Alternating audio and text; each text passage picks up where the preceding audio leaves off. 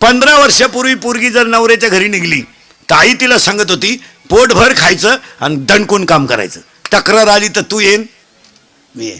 आता ह्याच 5-6 वर्षापासून आई डायरेक्ट सांगती एखादा महिना पाय, सगळ्यांचा अंदाज घेऊन ये, नाही तर पाहुणा इकडे घेऊन ये, खाल्ल्या वावरात कांदे वाटणं करीन पण तो शान भरायचं नाही. इतक्यात घरी कीर्तनात बसलेली तुझ्या पोरीचा तुझा फक्त 4 दिवस फोन नाही, फक्त बॉटवर कर, आजचं पाकिट देतो मी तुला, कर बॉटवर. तुला काम नाही का काय दुसरं? तिकडे मर ना, कांद्यात रॉप चिंबट ना, दुसऱ्याची घर का आलं बिगडी ती. उठपळ पुरीला फोन, उठपळ पुरीला. बरं विचारी ती काय जीवली का काय घालून गेलं, बोंबील भाजली खाती. आवळ्याचा बाजार नाही. आजपासून जर महिला मंडळ पोरीच्या घरी डोकं लावलं तो तू का शेवाय लिहून घे, दिवाळी खात नाही तू ले कशाने.